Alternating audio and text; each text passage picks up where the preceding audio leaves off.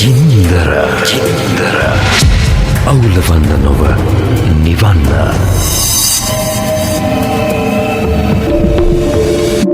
පාතාලය ඒ එක්කම ගහට පොත්තට ගහ වගේ තියෙන මත්ද්‍රව්‍ය. මත්ද්‍රව්‍යත් එක්ක පාතාලේ බිහි වෙන්නේ කොහොමද? පාතාලෙත් එක්ක මත්ද්‍රව්‍ය බිහි වෙන්නේ කොහොමද? මේක පෘතුලව කතා කරන්න ඕන විෂයක්. ඉතා කෙටියෙන් මේ මොහොතේ ගන්නවා ගින්දරින් අවුලවන්න නොව නිවන්න නිසා. පොඩ්ඩ දෙන්නේ. සහෝදරයා ඉන්නවා. ආයිබෝන්. හරි. මත්ද්‍රව්‍යත් එක්ක මේ පාතාලේ තියෙන සම්බන්ධයක් තියෙනවනේ, පැහැදිලිව නේද? අනිවාර්යෙන් පැහැදිලිනේ. ඔව්. එතකොට කොහොමද ඔය පාතාලේ පැත්තට මත්ද්‍රව්‍ය වැටෙන්නේ, මත්ද්‍රව්‍ය පැත්තට පාතාලේ වැටෙන්නේ? ඔව්.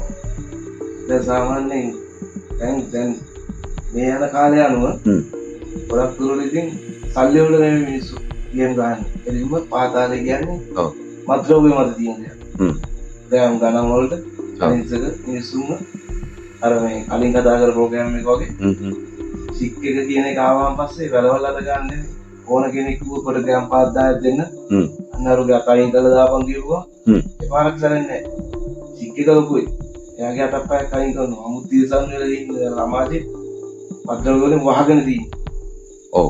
එතකොට දැන් ඒ හරි. එහෙමයි කියන්නකො මත්ද්‍රව්‍ය දීලා කුඩු පැකට් එකක් දීලා ඉස් කෑල්ලක් දීලා අතප්පයක් අයින් කරන්නයි කියලා කිව්වට පස්සේ ඒක අයින් කරාට පස්සේ අපි කියමුකෝ එන්නේ ලොකු ප්‍රශ්නයක්.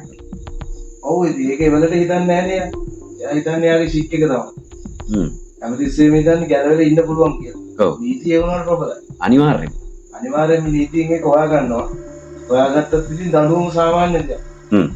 තමයි කැපෙරියන් උපරිම මාස එකමාරක් දෙයක් ඉඳි අප ගන්න පුළුවන්. ඔව්. නීති අන්නේ වගේ තත්ත්වෙ දැන් සාමාන්‍ය මිනිස්සෙක්ව මරන්න හිතුවොත් පාරේ රියානුතුරක් කරාම මේක රියානුතුරක් වශයෙන් යන්නේ වුණාට තව අනිකර පරිගැනීම. බෑන් කළා කරන දෙයක්. ඔව්. නමුත් රියානුතුරක්. යවන්න වෙන්නේ ලක්ෂය. ඔව්. එතකොට දැන් මෙහිමනේ. දැන් ඔය මත්ද්‍රව්‍ය ලෝලීන් ඉන්නවනේ. අන්න ඒගොල්ලෝ ඇයි ඔය පාතාලේ පැත්තට අතපය කපලා අයින් කරන, කඩු වලින් කපන, පිහි වලින් අනින, තුවක්කු අරගෙන වෙඩි තියාගන්න තත්ත්වෙට මේ කුඩුත් එක්ක ගිහිල්ලා තියෙන්නේ? ඒක තමයි. දැන් සාමාන්‍ය මිනිස්සෙට දැන් මේ යන සමාජයත් එක්ක බැරින්න ආයුධයක් අල්ල නැහැ කියන එක එන ලොකු දෙයක්. සාමාන්‍ය පොඩි කොල්ලොන්ට යන හරි ලොකු දෙයක්. බලන්නකො දැන් යන ඉස්සරහට දැන්ටත් යන්නේ. ඔව්. දැන් පස්සේ කට්ටියනේ ඔක්කොම කරන්නේ. ඔව්. ආයුධයක් අතර ගන්නයි කියන්නේ ඒගොල්ලන්ට හරි ලොකු දෙයක්. මේක ඉස්සරහ කියන්නේ. ඔව්. දැන් මම කිව්ව කලින් ප්‍රෝග්‍රෑම් වල දුවගේ මම බන්ධනාගාරගතව ඉන්නකොට ඔල්ලෝ කියන්නේ අම්මරසිරි මං අරුගේ ඔළුවට ගහලා දැම්මේක හරි ලොකු වීරක්‍රියාවක් කරා. ඔව්. ඒවට ඒගොල්ලෝ දන්නේ නැහැ පසුතැවෙන්නේ. මේක නීතිය නෙමෙයි සබාදාමෙන් පලි ගන්නකොට හරි අමාරුයි. සබාදාම ප්‍රශ්න විසඳනකොට ඔව්. ඒව ගැන හිතන්නේ නැතුව අර කුඩු වලට අයිසෝල්ට ඒගොල්ලෝ මැච් එක දාන ඉතින්. බයික් එකක් නැත්. ඔව්. ඔව්. ඔව්. දැන් අර ඔබ කිව්වනේ මේ පොඩි වයසේ අය පවා මේකට වැටෙන තත්ත්වයක් තියෙනවයි කියලා. උදාහරණයක් දෙන්නම්. පහුගිය දවසේ කොටහේනි ඝාතනය තිබුණනේ. ඒ කියන්නේ රිමෝෂන්ලගේ පැත්තෙන් පූකුටි කන්නගේ පැත්තේ අර ඇවිදගෙන ගිය ඒ සගයට පිටිපස්සෙන් ගිහිල්ලා වෙටි තියන්නේ. අවුරුදු 18ක කොල්ලෙක්. හරිද? එතකොට අන්න ඒ තත්ත්වෙට පොඩි වයසින් මෙතෙන්ට වැටෙන්න මත්ද්‍රව්‍ය අනිවාර්යයෙන්ම ඉවහල් වෙනවා. අනිවාර්යයෙන්ම. ඔව් ඒක ෂුවර්ම ෂොට්. ඔව්. එයාව සාක්ෂි ගියදී මං හිතන්නේ කියලා දුවනේ එයා මත්ද්‍රව්‍ය වලට තමයි මේ කියන ගැඹුරු කියලා නේද? එතකොට අර අයියලා ගාව ලොකු වෙන්න යන මල්ලිලා ඉන්නවනේ මත්ද්‍රව්‍ය නිසා. ඔව්. ඒලා කට්ටිය නමාදා ගන්න try කරනවා. අන්න ඒම කොහොමද වෙන්නේ? ඒක ඉතින් විනාශේ මුල තමයි. ඔව්. නොදැනුවත් කමින් ෂූටර් කෙනෙක් දී වෙනවා කියන්නේ. මේ ආයුධයක් අල්ලලා තියලා දැකලවත් නැති කට්ටිය. ඔව්. ළඟට ගිහලා ෂූට් කරනවා. ඔව්. ඒ දෙදාන් පස්සේ කට්ටිය. මොකද හිතන්නේ හරි ලොකු දෙයක් මේ අන්ඩර්වර්ල්ඩ් එක කියන්නේ. දන්නේ. ඔව්. දැන් අනිත් ටික කාලයක් යනකොට යාගේ මේක බොස් යාට මායි ගහනවා. අනිවාර්යෙන්ම මෙහෙමයි. ඔය අන්ඩර්වර්ල්ඩ් එක කියන්නේ චීත්‍යයක්නේ. අනිවාර්යෙන්ම චීත්‍යයක් නේ. හරිද? මොකද එකට ඉඳගෙන ගහගත්තු විදිහවල් අපි දන්නවනේ, දැකලා තියෙනවනේ. අනිවාර්යෙන්ම තමන්ගේ කට්ටියනේ යන කොටා ගන්නෙ. අනිවාර්යෙන් කොමත් ද්‍රව්‍ය නිසා එහෙම නැත්නම් තමන්ගේ බලය ඉස්සරහට අරන් යන්න අර දැන් කඩ ඇරෙනකොට කඩ වැහෙනකොට කඩ ඇරෙනවා කියනවනේ ඔය මද්ද්‍රව්‍ය ජාලේ. අනිවාර්යයෙන්. ඒ කඩේ කොහෙන්න ඕනේ අනික් කඩේ සාර්ථකත්වයේ දොරටු අරගන්න. හැබැයි ඒ සාර්ථකත්වයේ දොරටුවක් නෙවෙයි ඇරෙන්නේ. කෙලින්ම ඔවුන්ගේ හතර රියන තමයි එතන හැදින්නේ. අනිවාර්යයෙන්. ඔවුන්ගේ වල ගැටෙන දැන් තමයි අනිවාර්යයෙන්. එතකොට දැන් මේ මත්ද්‍රව්‍යත් එක්ක මෙච්චරම ලොල් ඇයි මේ පාතාලේ අර උඩ ඉන්නවයි කියන අයියලකින්නේ? අයියලයි කියන කට්ටිය. ඒගොල්ලෝ මේ පල්ලෙහාට වැඩේ එවන්නේ ඔය පල්ලෙහා ඉන්න පොඩි උන්ව මේ සූකිරි ලොසින්ජර කොල්ලන්ව යූස් කරන්න නේද? අනිවාර්යෙන්. ගින්දර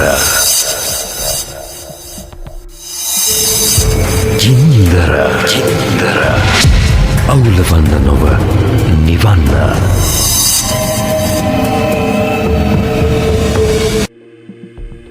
මම හොඳ උදාහරණයක් දෙන්නද? කියන්න. දැන් ඔය පාතාලේ කට්ටිය තමන්ගේ නම යවා ගන්න ගොඩක් try කරනවනේ දැන් මේක දැන්. ගැහුවේ මමයි කියලා කියන්නේ. අනිවාර්ය. පොඩි ඔය දැන් ඉස්ති කොල්ලෝ මේ ආවුදාරම් දැනලුවට ඒගොල්ලෝ කියනවා ඔය දෙකෙන් කියන කෙලින්ම ඔය කියන අයියලා කියන මේ පාරෙන් ඵලයන් කියලා. ඔව්. ඒ පාරෙන් ගියාම තමයි යාව කොටු වෙන්නේ. පොලිසියට කොටු නම් කට උත්තර දෙනකොට කියනවා මේ කියන්නේ මෙයාගේ භාෂාවෙන්. අන්නේ නම යවා ගන්නත් ගොඩක් කට්ටිය try කරනවා. මොකද දන්නේ මේ අලුතෙන් ආව දෙයක් ටික. ඔව්. අයියා කියන්නේ හරි පාර මේ පාරෙන් යමන් කියලා. ඔව්. යනවා. ඒ වුණාට යන්නේ පුට්ටට.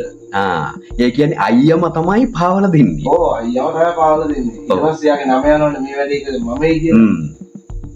ඒක තමයි මේ නමක් හදාගන්න ගමක් රටක් කන වැඩක් මේක. එතකොට මේකෙදි මේ සමහර අවස්ථාවලදී මේ අයිස් කෑල්ලට කුඩු කෑල්ලට ලොල් වෙලා තමයි නම හදාගන්න මේ පොඩි බාල වයස්කාරයෝ මේකේ දැන් ඉන්නේ නේ. ඔව් අනිවාර්යෙන් බලන්නකො අයිස් කියන දේ දැන් තියෙන්නේ අනිවාර්යෙන් දැන් උඩ කට්ටිය. දැන් පස්සේ සෙට් එකේ තනිකර අයිස් එක්ක ජීවත් වෙන්නේ. ඔව්. කට්ටිය ෆන් දාන්නේ තනිකර අයිස් කිව්වම ජීවිතේ කරගෙන තියෙන්නේ. ඒ කියන්නේ ආයුධය දීලා මෙන්න මේ අයිස් ගෑම් පහ ගහලා ඔබ ඵලයක් ඊට පස්සේ ඔබට දෙන්න. ඊට පස්සේ උමුණ මේ ෂූට් උනක් කියන්නේ මට මේ සල්ලි එපායි. මට මේ බඩු ටිකක් දෙන්න. එහෙම තමයි ඒගොල්ලෝ කියන්නේ. පස්සේ වැඩේ ගැහුවට පස්සේ මොන බඩුත් නැහැ මොකුත් නැහැ අයියලා ඔය හිරගෙදර යන මල්ලිලව බලන්නෙත් නැහැ. ඔව් ඇත්තටම. අයියෝ වැඩක් නැහැ කතා කරලා. අන්තිමට තමන්ගේ අම්මා තාත්තා පවුලේ විතරයි. ඔව් බත් එක අරන් ඉන්නේ අම්මා. නැතුව විසිට් එක දාන්නේ අම්මා. ඒකම නැත්නම් සහෝදරයෝ ඈ. එහෙම නැත්නම් සහෝදරයෝ නැත්නම් තම බිරිඳක් කොහේ හරි ඉන්නවා නම් එහෙමනේ. ඔව් අනිවාර්යෙන් ලැජ්ජයි කියන්නේ අයියලා කරන මේ වැඩේට තාම අහු වෙලා ඉන්නවනේ මල්ලිලා. ඔව් අයිස් දෙලා තමයි කෙලින්ම ඔළුව කාලා තින්නේ අයිස්සොයි. ඔළුව කාලා කියන්නේ කෙලින්ම ආයි තෙල්ල ගහලා තින්නේ ලෙසටම. ඔව් ආයුධයක් කියන එක මේගොල්ලන්ට ඉතින් හරි ලොකු දෙයක් අතර ගන්නවා. විනාශය අතර ගන්නෙ. දාලා ගන්නේ තමන්ගේ විනාශය. නැතු අර අතන අන්න ප්ලේස් එකේ තියෙනවා බංකරේ තියෙනවා බඩු කෑල්ල ඔයාට එවන්නම් වෙනම එන්නේ බයිසිකලේ වෙනම එන්නේ රයිඩර් වෙනම එන්නේ ෂූටර් වෙනම එන්නේ ආයුධය වෙනම එන්නේ විඩ්‍රෝල් එක වෙනම තියෙන්නේ ඕගොල්ලන් ගන්න මේගොල්ලෝ එනවා මෙයාව ගන්න අරයා එනවා ඔය ඔහොමනේ දැන් වෙන්නේ මේක.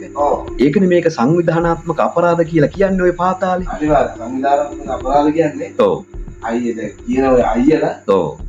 එක්කෙනෙක්ව බේරගන්න හිතුනොත් එයාව කොහොම හරි බේර ගන්නවා. අනිත් කෙනාව පුඩට දීලා තමන්ගේ කෙනාව ගලව ගන්නවා. දැන් අර අපි බලවා මේ සංජීවන ගහපු සීන් එකේ එක්කෙනෙක්ව මාර්ට් කරේ අවශ්‍ය කෙනාව ගන්න පිට කරානේ. ඒ විදිහට ඕන අරකොල්ලෝ පිට කරන් දුන්නානේ. ඔව්. ඒ තමයි කියන්නේ. අල්ලන්න ඕන කෙනාව අල්ලලා දෙනවා ගන්න. දෙනවා මේකේ තියෙන්නේ මේකේ අර A plan B plan කියලා තිබිලා එක්ස්ට්‍රා ප්ලෑන් තියෙනවනේ. අන්නේ ප්ලෑන් එකේම කොටසක් තමයි මේකට බැහැලා ඉන්නවම පාව දෙන එකම. ඔව් අනිවාර්යයෙන්ම. පාව දීම කියන්නේ පාතාල කියන්නේ තනි චීත්තයක්. චීත්තයක් කියන්නේ තනිකර නයිටියක්. ලිඳ ළඟ සංගමේ කේලමක්. කොටින්ම කියනවා නම් මේක ඇති වැඩක් නෑ. මේක යන්න එපා. ඕක තමයි අපි කියන්නේ. එතකොට තව මතු කරන්න ඕන කතාවක් තියෙනවා. ඒ තමයි සහෝදරයා දැන් මේ වගේ ලයින් වල මේ අයියලා තෙල බෙදලා ඔළුව හදලා මල්ලි අපිට උඩින් කවුරුත් නෑ ඕන වෙපන් එකක් ඕන තැනක් කරකක් මේකක් එහෙම කියනවනේ. සීමා මායිම් නෑ කියලා. හැබැයි අපි කියනවා ඔබට තියෙන සීමා මායිම තමයි හිරගෙදර ඔබ විනාශයි. අනිවාර්යෙන් විනාශයි. ඔය අයියලා ලොවෙත් මල්ලිලව බලන්නෙත් නෑ සත පහකට ගණන් ගන්නෙත් නෑ. අනිවාර්යෙන්. ඒකට හොඳ හේතුව තමයි මේ මෑතක දීරගෙදර කොල්ලෙක් ඇවිල්ලා කියලා. ඔව්. ඒ කොල්ල ගහලා තියෙන අයියා කියන එක්කෙනාගේ වැඩේ ගහලා ඉවරලා අන්තිමට අයියාම ඊළ ගෙදර ඉන්න එයාගේම කට්ටිය තමයි ඒ කොල්ලව නැතිම කරා උට ගහලා කරලා ඔව් ඒ අයියාම තමයි ඒ අයියා කට්ටියටම ගියා මේ කොල්ල පාවල දුන්නේ නැහැ කියලා ඇතුළේ පොලිසියට පාව දුන්නේ නැහැ කියලා ඇතුළේ අල්ලන් උත්තර ගෙව්වා. ඔව් ඒකනේ කියන්නේ කාගවත් වැඩ කරන්න ඕනේ නැහැ. අර ඉස්සර වගේ පරණ කොන්තර නැහැ. තමන්ගේ නංගියෝ නරකුන් සාපාලි ගැනීම මේව නැහැ. ඔව් දැන් තියෙන්නේ කෙලින්ම අර යා බඩු ටිකක් දාලා වැඩිපුර යනවා නම් අන්න යාලා ගහලා දාන්න.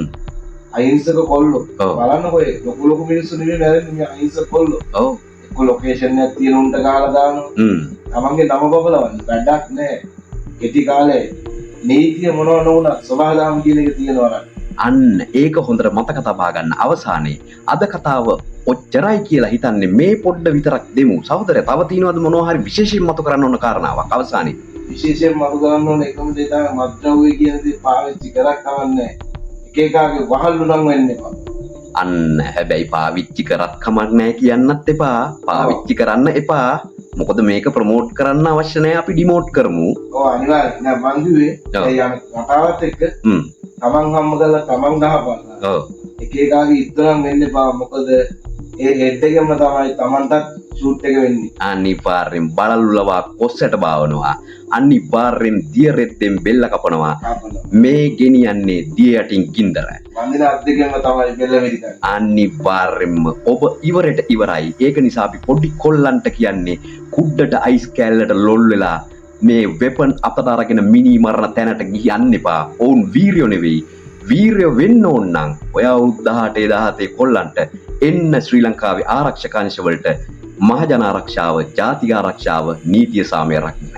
තවුරුනි දියා කියන්නේ මේ මෑතකදී ඉරගෙදරදී හම්බුණා කොල්ලෙක් උ ෂූට් එකක් කරලා ඔව් මිනිස්සු ඝාතනය කරලා ඔව් ඝාතනය කරපු ආයුධෙත් එක්ක මගුල ගන්නවද වෙලා තියෙනදී මොකද්ද මිනිවරුන් 16ක් වූ ඒ ආයුධෙන් දාපු මිනිවරුන් 16ක් අසවරීක්ෂණයට යවුවාම පස්සේ මඩර 16ක් ගහලා තිබුණා 16ම නඩුවාල කාටද අයිස කොල්ල ඒ කියන්නේ 16ම ගහලා තින්නේ එයා නෙවෙයි හැබැයි එයා අර අවසානයේ ගහපු ඔව් එයා තමයි අවසාන ෂූට් එක කරලා තින්නේ ඒ වෙපන් එකේ ඒ වෙපන් එක අර අසවරීක්ෂණයට යවුවා පස්සේ වෙපන් එකෙන් ගහපු මඩර 16ක් තිබුණා ඔව් 16ම නඩුවාවේ කොල්ල ඔන්න පුඩිය කැරකෙන හැටි ඒ නිසා බිත්තිය හාරහාර ඉන්නේ අන්න බිත්තිය හාරහාර නෙවෙයි ඔබේ ජීවිතේ මේ හාරන්නේ පාතාලේ අයියලා මේගොල්ලන්ට ඕගොල්ලෝ මල්ලිලා වෙලා අයියලා වෙන්න හදන්න එපා අනිවාර්යෙන් වෙනසීම ඊට කලින් ලබන්න මේක තේරුම් අරන් සැනසීම ගින්දර අවුලවන්න නොව